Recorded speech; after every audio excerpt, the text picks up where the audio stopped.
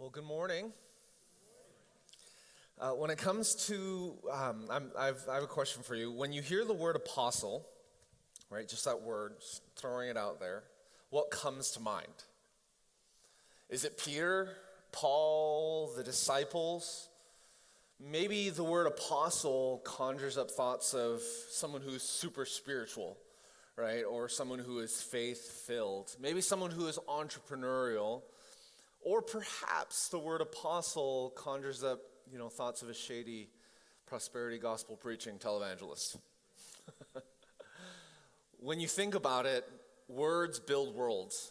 So every word that we use has a ton of assumptions and baggage that follows it around. And unfortunately, apostle is one of those words.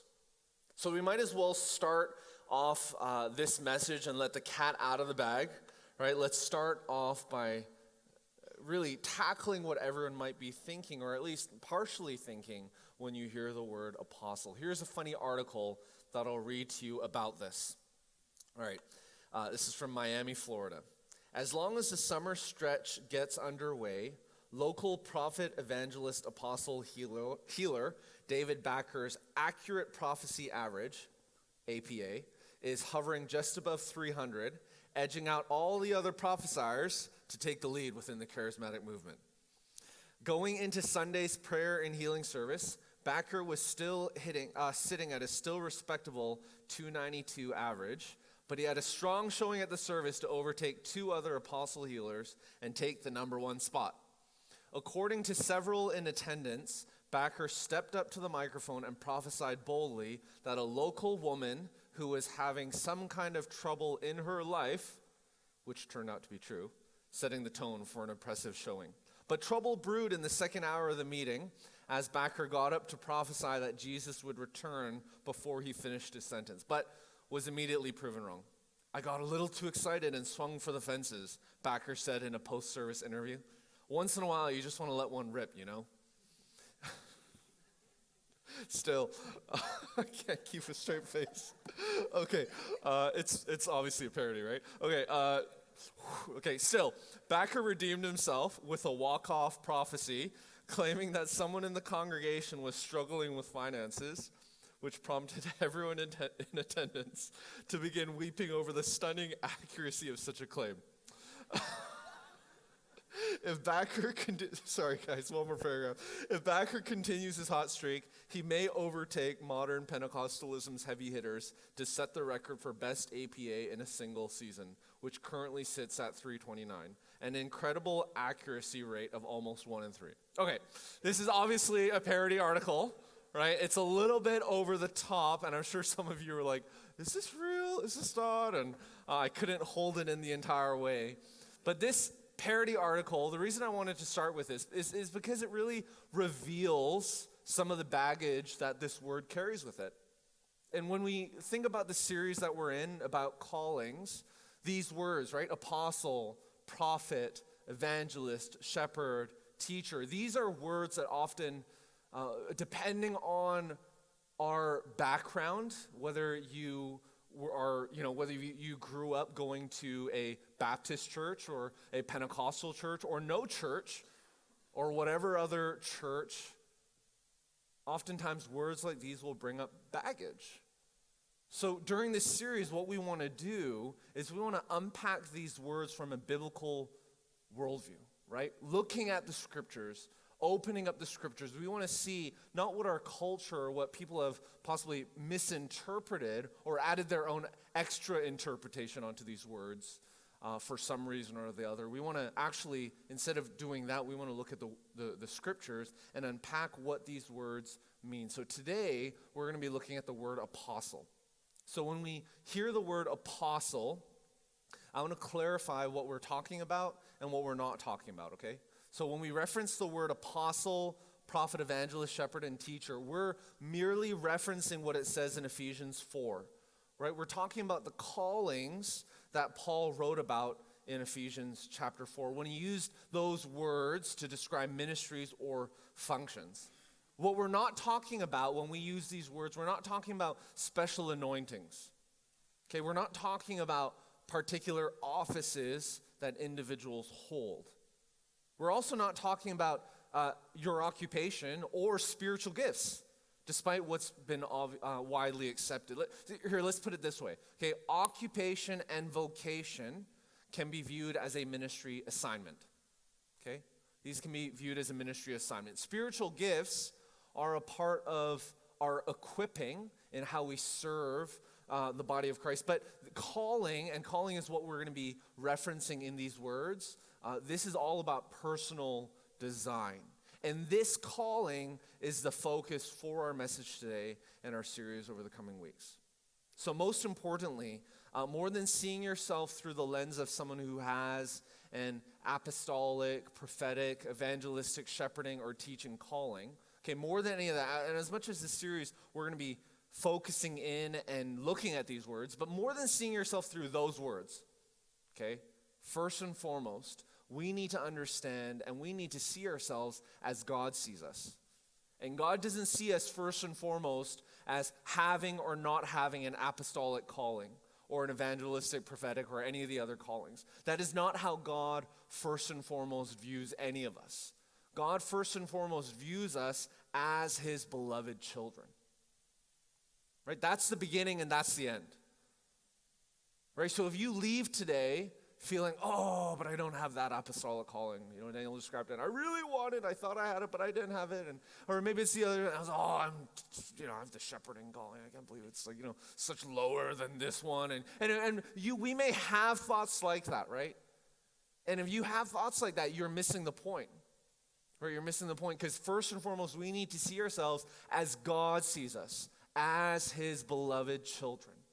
Loved. Period. That's the beginning, that's the end.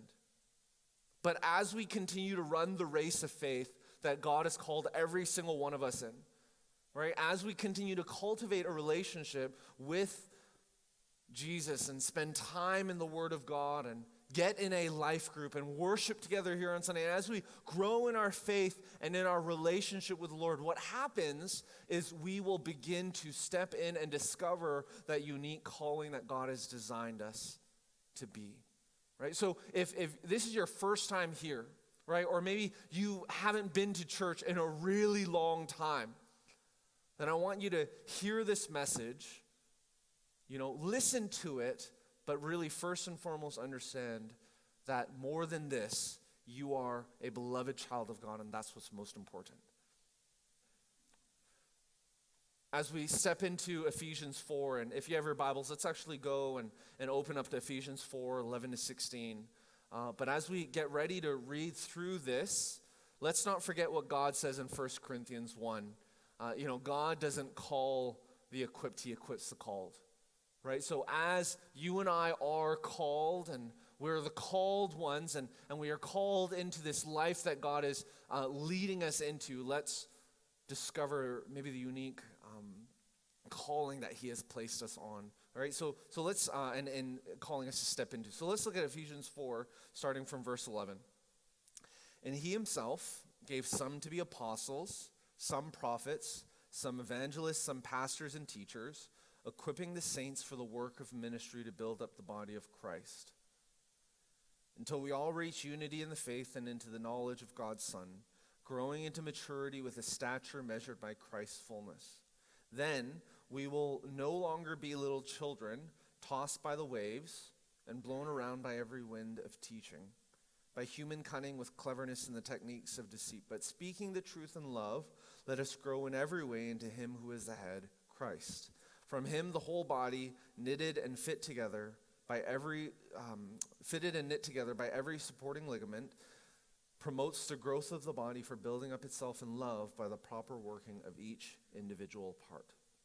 So today we're going to be looking and examining the callings here by starting with the first one on the list, which is apostles, or those with an apostolic calling. So what is Paul talking about? What does it mean to have an apostolic calling? What does it mean to be an apostle as he talks about here? Well, when you look at the word apostle, and you kind of look at the definition around what it is, it really means this: one who is sent on mission. Right? It's pretty simple. An apostle is someone who is sent on mission. So when you look at the apostolic age of the New Testament church and how the New Testament church was birthed, right, we see that there were 12 disciples that Jesus trained and apprenticed during his ministry, right? These were apostles, right? These were apostles. Remember, apostles are individuals who are sent on mission. And when you look at Acts 9, we see another apostle was added onto the 12 disciples when Paul was called to serve as an apostle to the Gentiles, right? We see that when Paul on the road to Damascus met Christ. So these apostles in the New Testament played a fundamental role in the way that the church, the early church, was birthed. They also played an eternal role in the kingdom by living into their unique calling and function that God had called them to.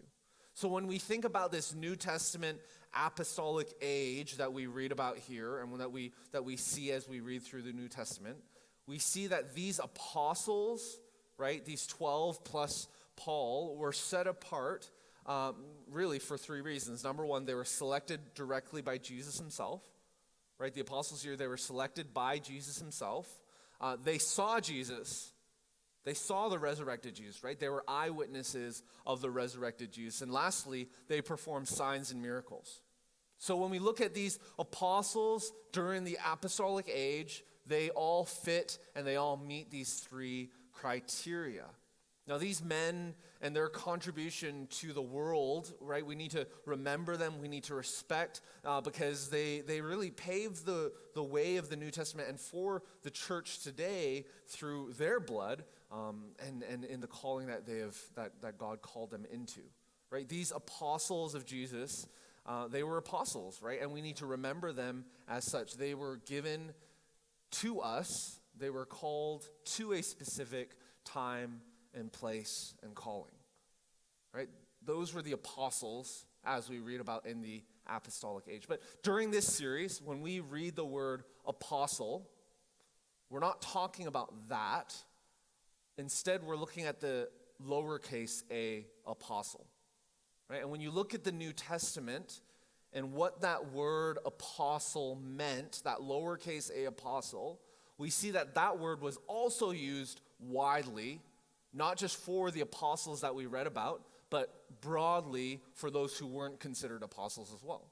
So when you look at that definition, another definition of apostle in the New Testament, right? Lowercase a apostle is messenger, right? That's another way, right? So the first definition was, right, an apostle is someone who is sent on mission, and that's still true. But the other way that you could read the word apostle is really, it's synonymous with messenger. And that word messenger was used more widely and in a general sense. So if you look at Philippians 2:25, we read this, right? But I considered it necessary to send you Epaphroditus, my brother, co-worker, and fellow soldier, as well as your messenger, right? That word messenger is the same word apostle in the Greek that you see when it actually says apostle in other places.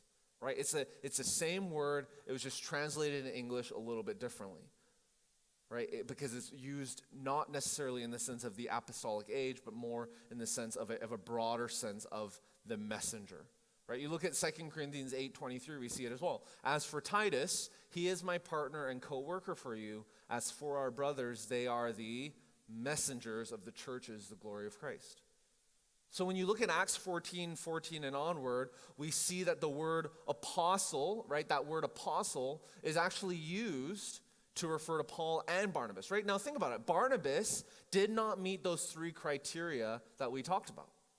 Barnabas was not an eyewitness of the resurrected Jesus. He was not a part of the original group of apostles, but he still functioned as an apostle, right? He functioned as a messenger, even though he didn't possess all the markings of the apostle as we initially defined it. So when you look at Barnabas, I mean, he accompanied Paul, right? He was the sent out one, right? He was sent out. He was on mission. He went on missionary journeys. He called people to God. He called people to come around and hear the gospel, and he helped establish churches during the first century, right? I mean, this guy, Barnabas, who didn't meet those three criteria of the apostle, he was still considered an apostle. He was a messenger. Right? Because when we look at the New Testament, this word apostle and what Paul is talking about here, it's much more than individuals who meet those three criteria that I mentioned at the beginning. Apostle here, and what we are talking about here in this series, is this idea of a messenger. Right? So my question for you today, and I think this during the next 5 weeks, we're going to be looking at these apostle, prophet, evangelist, shepherd, and teacher. Right? And my challenge to you is during every single message, and if you miss one of them, obviously you can listen online or on the app. Right? I wasn't here last week, and that's what I did because I wanted to make sure that I was caught up and just continuing to journey along as a faith family that we are. Right? But during these next 5 weeks, I want you to, as you listen to this message, I want you to ask the Lord, and even in prep, even right now, right, under your breath or as you're preparing to come here, really ask the Lord, am I an apostle? Do I have an apostolic calling? Do I have an evangelistic calling? Do I have a prophetic calling? Do I have a shepherding calling? Or do I have the calling of apostle, prophet, evangelist, shepherd, or teacher?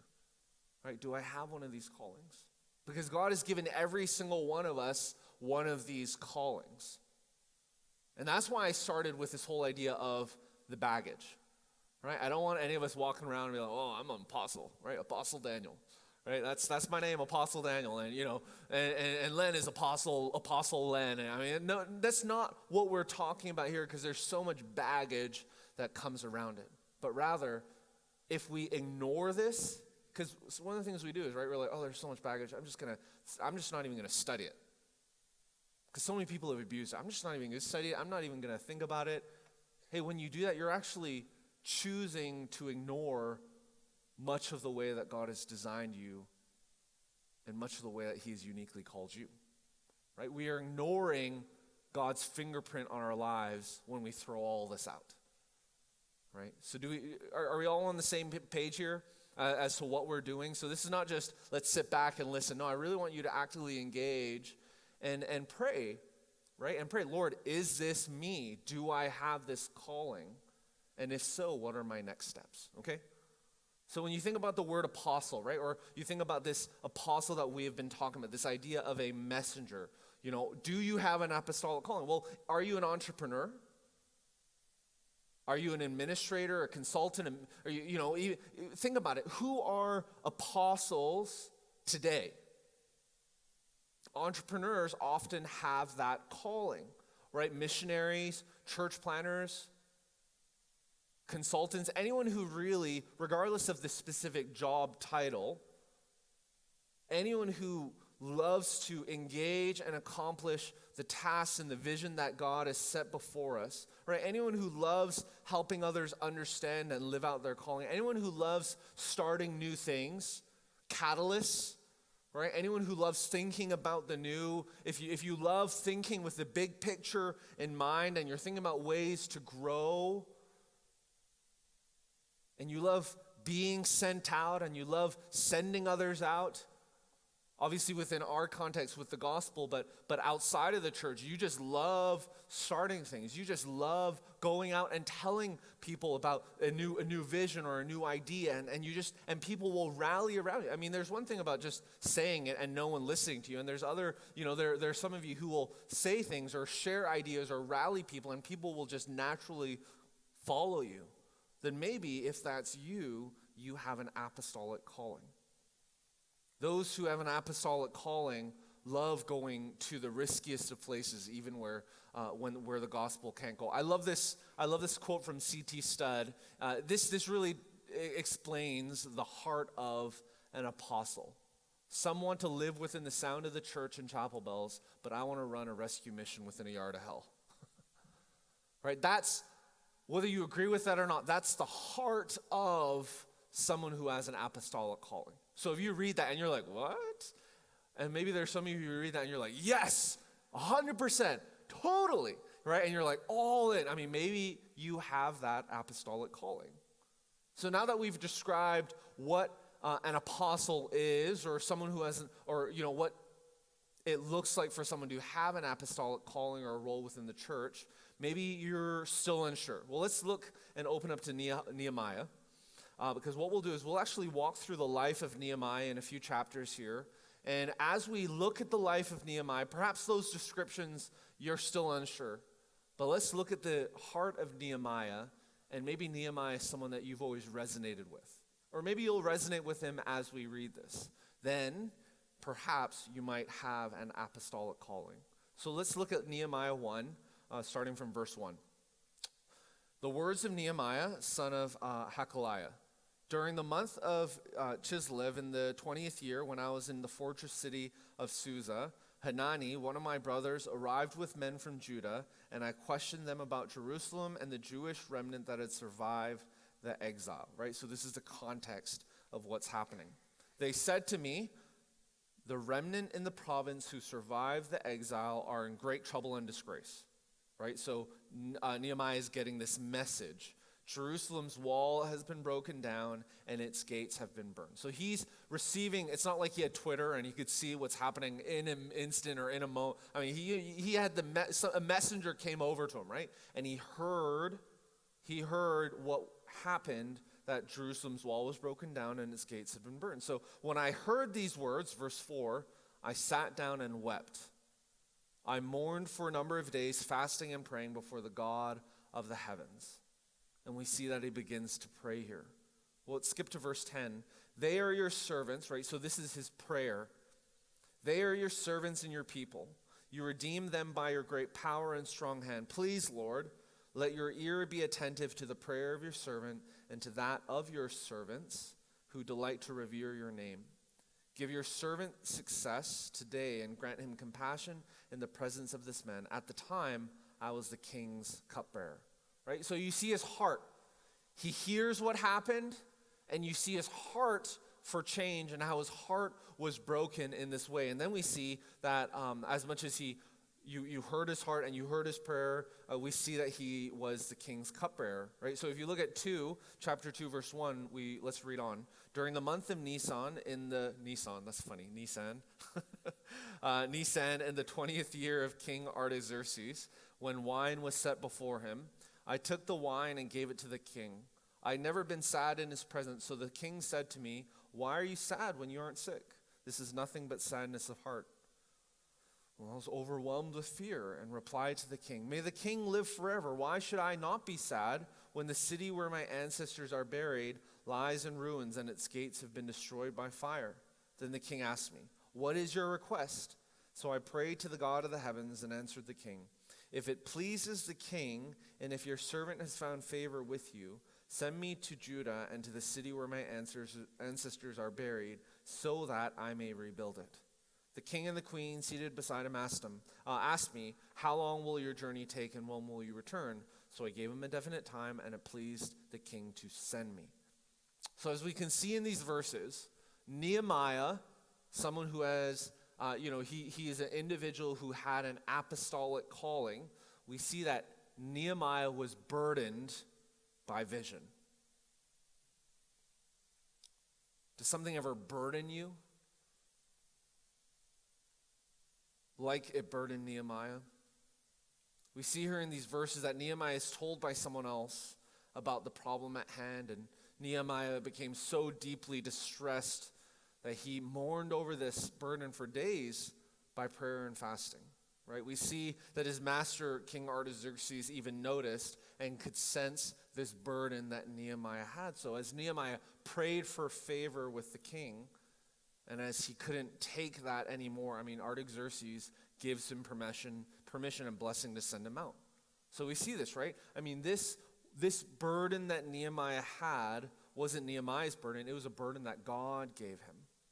God broke Nehemiah's heart for the thing that broke his own.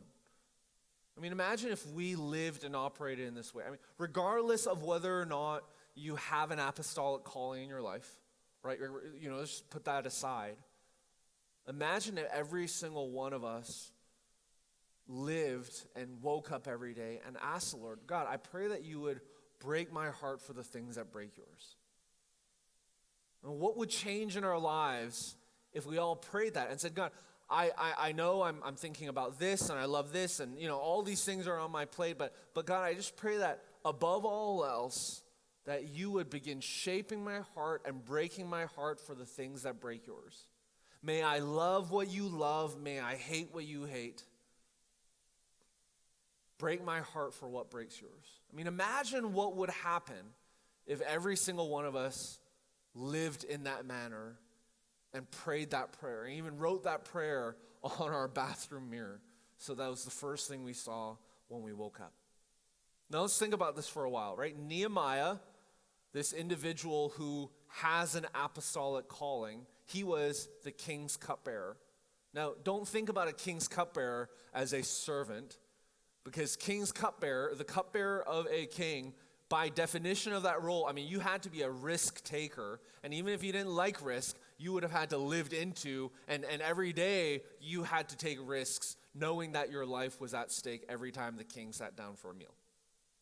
Right? So Nehemiah wasn't some servant here. He was a risk taker as the king's cupbearer.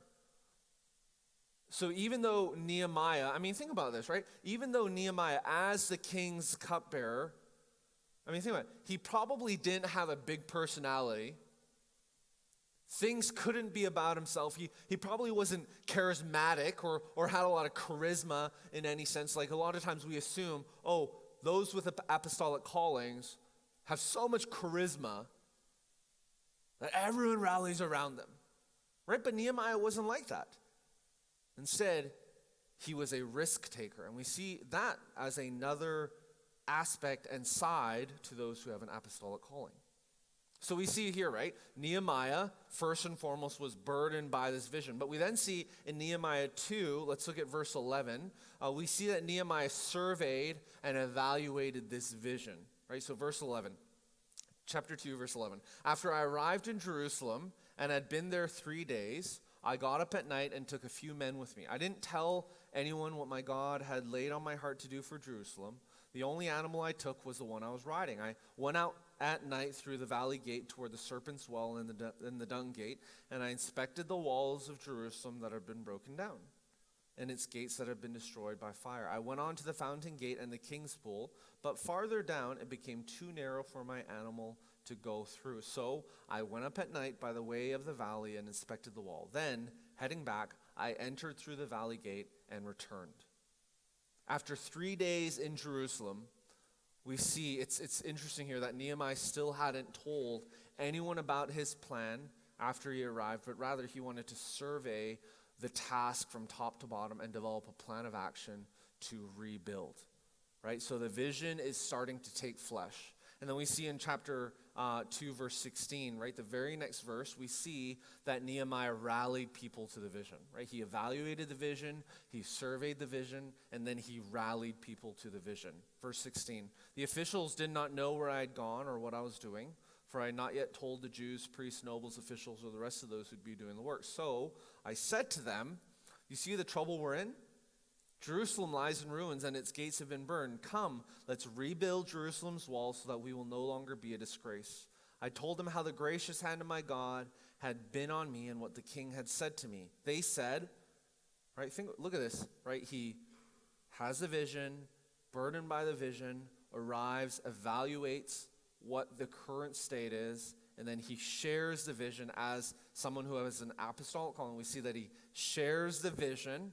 And look at the result, right? Look at what happens after he shares the vision with them. They said, let's start rebuilding, right? We see that response. We see that positive response, that affirmation of his calling, right? It's not, you can't just say, I think I have an apostolic calling, and you follow the steps of Nehemiah. No, there's a vision that God has given me, and I'm going to tell people about it. I'm going to rally people around it. And if no one listens, and everyone's like, yeah, well, whatever, then maybe that's not your particular calling. Doesn't mean that vision that you received wasn't right. But maybe you are called to support, and you're called into a different calling in that way, right? So we see that. That's a really important fact here, that there's this response, there's affirmation of this calling when they said, okay, well, let's do it then, right? Let's do it. It's amazing, right? It's amazing that after Nehemiah, right, someone who has this apostolic calling, after he shares this vision, it's amazing that the people are way more jazzed up about their, about this vision and the plan than they were about their current state. All the work that was in front of them, their problem. They weren't worried about that. They were instead motivated by this vision, right? So this is what we mean when we say that apostles have the gift of faith. Those who have an apostolic calling have gift of faith, right? They have this ability to encourage and inspire us beyond our fears. Do you know someone like that? Are you that way? I mean, the remnant, these individuals here could have been scared, depressed, could have been like, oh, Nehemiah, thanks for your great advice, but no, they rally around and they move forward. So as an apostle, we see all of this, but we also see how Nehemiah actually goes and leads the people to execute the vision, right? I mean, verse 19, when Sanballat the Horonite, Tobiah the Ammonite official, and Geshem the Arab heard about this, they mocked and despised us and said, what is this you're doing, right? Are you rebelling against the king? I gave them this reply. The God of the heavens is the one who will grant us success. We, his servants, will start building, but you have no share, right, or historic claim in Jerusalem. Right? We see here that Nehemiah speaks truth at every distraction, and he says no at every turn because he knows the vision that God has called him into. Right? So think about this. I mean, Sanballat, these guys here are trying to oppose him, and in the course of us living into our callings, right, in the course of us developing our relationship with God and stepping out in faith. And there are some of you here who all you do is come here on Sunday, right? And that's better than not coming at all. and maybe you're taking the next step and you're in a life group and you're participating in a life group. And maybe if you're in those two instances and you're attending occasionally and you're maybe participating in a life group and you're sitting here and you're like, but I don't know what calling God has placed me in. Perhaps you don't know because you have not gotten your feet dirty, because you have not stepped forward. Because one of the things about these callings, as we'll discover, is you're not gonna sit on some mountaintop and be like, God, I'm just going to pray until you reveal and give me a word as to what my calling is and what is not. I mean, sometimes God reveals in that way, but a lot of times we just need to serve. Why do we serve? Not because any human being asked you to serve, right? Jesus said, hey, I have come not to be served, but to serve and to give my life as a ransom for many. So we serve in the church, not because there's a need. We serve in the church because that's what Jesus did. And if we want to grow in our relationship with Jesus, shouldn't we do what Jesus did? You know what I'm talking about? I mean, sometimes we feel like we're guilted or shamed into serving, but that's not a reason to serve. Because inevitably, the need gets met or someone else is doing the job. No, we're doing it because this is the life that God has called us into. And when we serve, right, this is my point here, when we serve, that's when we begin discovering this calling that God has called each and every one of us into. And when we serve, opposition will sometimes come. You're going to feel tired and be like, no, I don't want to do that. Or I prepared and I sang this song or I served in this public way and look at all the opposition I got or look at all the negative feedback I got and this, that, and the other. And maybe you're like, but maybe God has not called me into this. And you will get opposition at times. But we need to understand who is the one giving us feedback.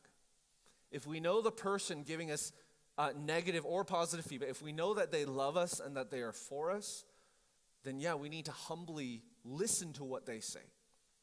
But if the person giving us feedback doesn't care for you at all and doesn't even know you, sometimes we just got to throw all that out. You know what I'm talking about? Just because you get negative feedback doesn't mean that God is opposing you. Look at Nehemiah. Did God call Nehemiah to lead the people to build a wall? Yes. Did he get opposition? Yes.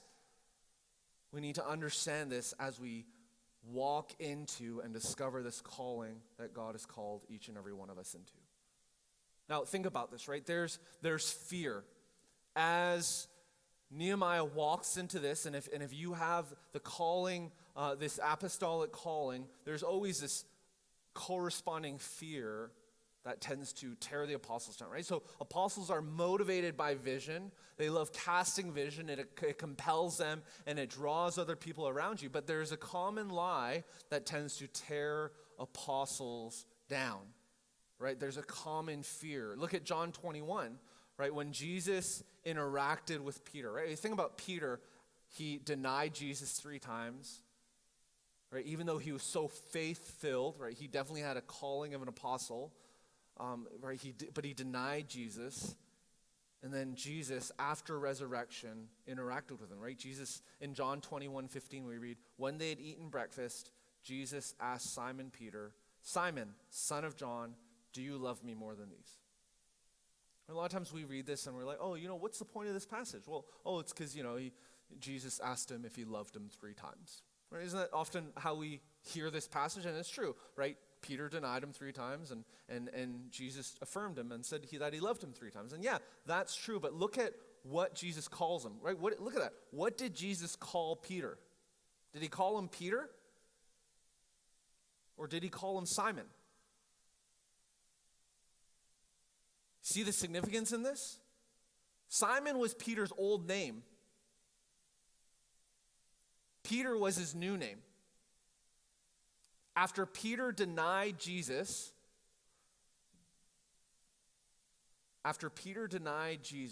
the lie that the apostle struggles with, and the lie that Peter struggled with was, did everything that just happened, was it even real?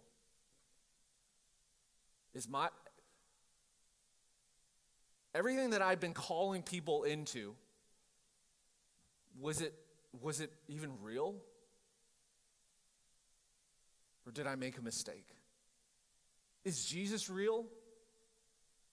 Is ministry, is everything that is this real or is this not? That's the lie that cripples the apostle. As faith-filled as they can be, there's that corresponding double-edged sword that cuts them down. So look at so think about it. Peter denies Jesus. He goes back to fishing, right? What he knew before he met Jesus, before the calling that Jesus had walked him in. He goes all the way back to what he knew, and he's struggling in his heart. Is this even real? Did this even, why did I do this? What is the point of all this? And he's really wrestling through all this. And then Jesus calls him what he called him before his new identity. He didn't call him Peter to remind him. No, he said, hey, Simon. And this is brilliant by Jesus. Jesus isn't saying, this is not real. I can't believe you did all this. No, Jesus is actually saying, hey, Simon, because he knew that would get Peter's attention. Simon, I know what you're thinking right now. I know the lie that you were dealing with. I know how you were doubting every single thing that had just happened. But Simon, and then you see in the following verses how Jesus calls him back to himself. Have you ever been here in a place after messing up? You're in the pits doubting everything that just happened. And you're wondering, was this even real? If you know what I'm talking about, then perhaps you have the calling of an apostle. If you don't, and you're like, no, I never struggle with that. That's never anything that comes across my mind. Then maybe in the next 4 weeks, it's another one of these callings that God has called you into. But I know there are some of you here who are like, yeah, I totally get that. And if that's you, then perhaps you have this apostolic calling. I'm going to leave with this paragraph here. Let's look at it on the screen. I love this because it just fits so well when we look at when we look at these callings that we are addressing. Okay, so we are not all called to be pastors, but we're all called to care. You see that? Don't ever use this, oh no, I'm an apostolic calling. I'm not going to do any of this other stuff because I just want to function in the way that God has designed me. No. No. we are all called to care whether or not you have a unique call to be a pastor or a shepherd or not. Hey, we're all called to be teachers. We are not all called to be teachers, but we are all called to hold out the truth. We are all responsible for learning how to listen for God's voice, something that comes more naturally for the prophet. We are all called to share the good news with others, but this takes all those who are not called to be evangelists out of their comfort zones. And we are not all apostles, but must all learn to walk out into what God calls us to do. So I hope this makes sense, right? Yes, we're going to be honing into each